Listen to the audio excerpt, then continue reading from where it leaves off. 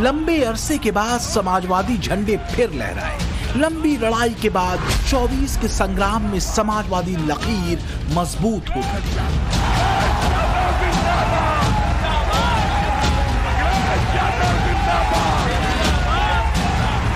समाजवादियों ने जो सोचा था, ऐसा लगा जैसे नतीजे उससे भी कहीं बेहतर निकले। यूपी वालों ने समाजवादियों को बिग सरप्राइज दिया।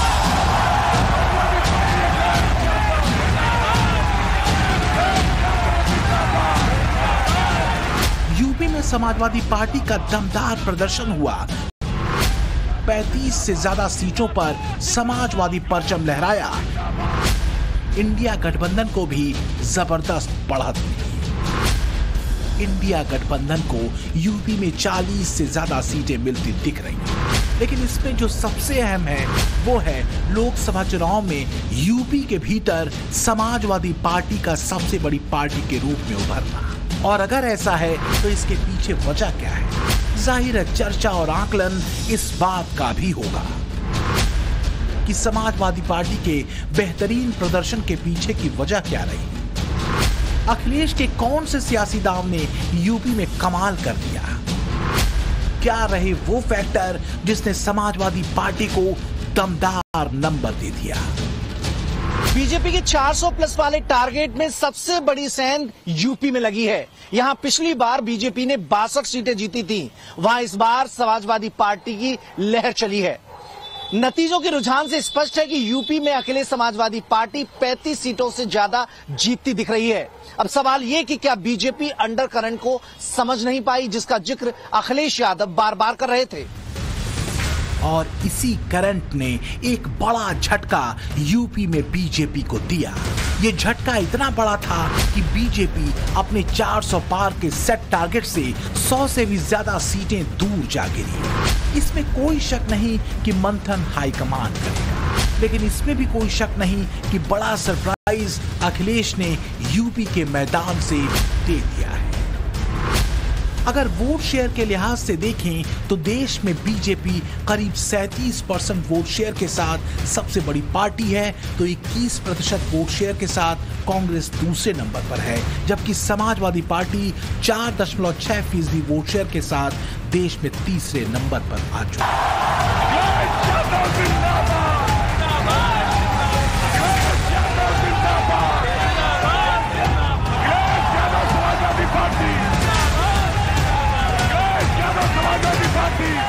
तो अगर लंबे समय के बाद हालात और हवा बदली है तो इसमें अखिलेश का पीडीए वाला दांव अहम साबित हुआ है। अखिलेश इस धारणा को भी खंडित करने में कामयाब हुए हैं कि कोई भी समीकरण या फॉर्मूला भगवा दुर्ग में विपक्ष के विजय की राह नहीं बना सकता। समाजवादी पार्टी इस बार उत्तर प्रदेश में सोशल इंजीनियरिंग का एक नया फॉर्मूला इजाद कर चुकी है और यकीनन वो कामयाब साबित हुआ है।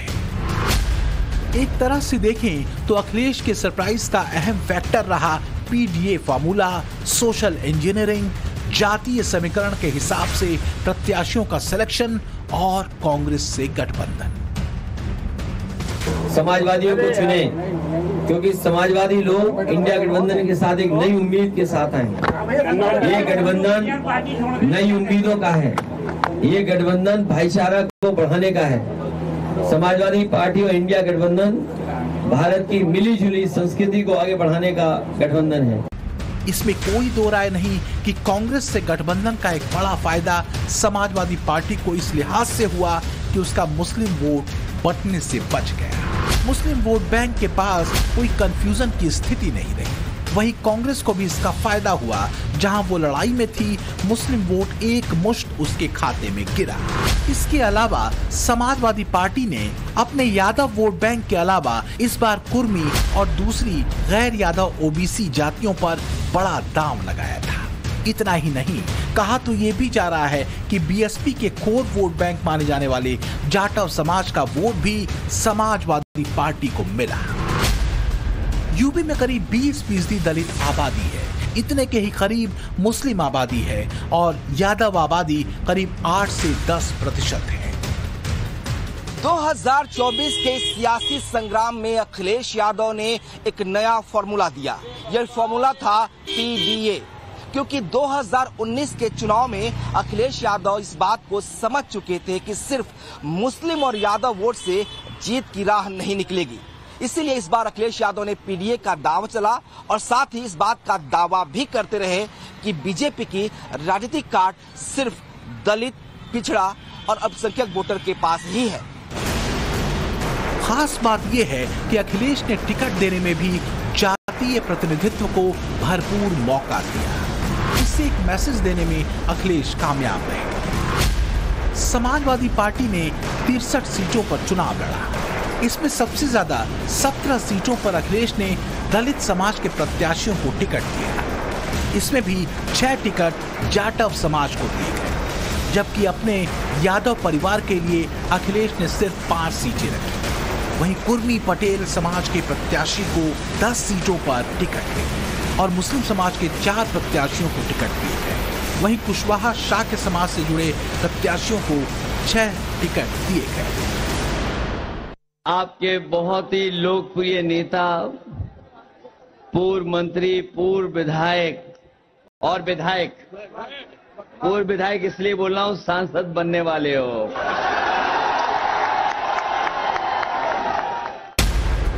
इतना ही नहीं, सवर्ण वोटर्स को साधने के लिए भी बड़े सिलेक्टिव तरीके से टिकट बांटे गए। चंदौली से समाजवादी पार्टी ने राजपूत प्रत्याशी को मैदान में उतारा, तो भदोही से इंडिया गठबंधन के साथ ही टीएमसी को टिकट दिया। हालांकि भदोही सीट समाजवादी पार्टी नहीं जीत पाई, लेकिन चंदौली में समाजवादी पार्टी के बीरेंद्र सिंह ये सीट जीतने में कामयाब रहे। इतना ही नहीं, 2019 के बाद हुए उपचुनाव में रामपुर, आजमगढ़ जैसी जो लोकसभा सीटें बीजेपी के खाते में चली गई थी, उनको फिर से अपने हिस्से में खींचने को लेकर अखिलेश कामयाब रहे। साल 2017 में 2 लड़कों की जोड़ी यूपी विधानसभा चुनाव में भले ही बेअसर साबित रही हो, लेकिन 2024 में ये जोड़ी इस लिहाज से दमदार प्रदर्शन उसने किया है क्योंकि मुस्लिम वोट बैंक का बंटवारा नहीं हो पाया है। सोने पे सुहागा ये रहा कि बीएसपी का दलित वोट बैंक इस बार काफी हद तक इंडिया गठबंधन के पाले में शिफ्ट हो गया। वोटर्स की इस शिफ्टिंग ने बीजेपी को अप्रत्याशित नंबर्स के घेरे में डाल दिया। सबसे ज्यादा 80 सीटों वाले जिस यूपी को अपना अभेद्य भगवा दुर्ग मानकर बीजेपी 2019 से भी ज्यादा सीटों को लाने का ख्वाब देखती रही, उसी यूपी में उसे सबसे बड़ी चोट मिली। अब सवाल यह है कि आखिर योगी के यूपी में बीजेपी को इतना बड़ा झटका कैसे मिल गया। फौरी तौर पर जो बिंदु दिखते हैं, उसमें सबसे बड़ा रहा बीजेपी कार्यकर्ताओं से लेकर नेताओं तक का अति आत्मविश्वास। दूसरा, प्रत्याशियों का सिलेक्शन या रिपीटिशन। तीसरा, बीजेपी के वोटर्स का तसल्ली से घर बैठे रहना और वोटिंग के लिए न निकलना। और चौथा, मायावती फैक्टर, जिसे बीजेपी आश्वस्त होकर चल रही थी कि बीएसपी और समाजवादी पार्टी की लड़ाई में फायदा उसे हो जाएगा।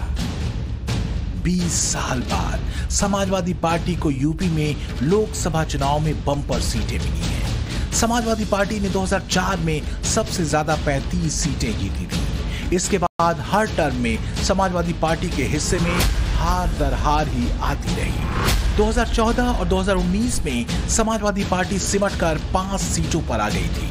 खास बात यह है कि 2019 में समाजवादी पार्टी और बीएसपी का गठबंधन भी अखिलेश को मन मुताबिक सीटें नहीं दिला पाया था, लेकिन इस बार अखिलेश की सोशल इंजीनियरिंग ने यूपी में कमाल किया है।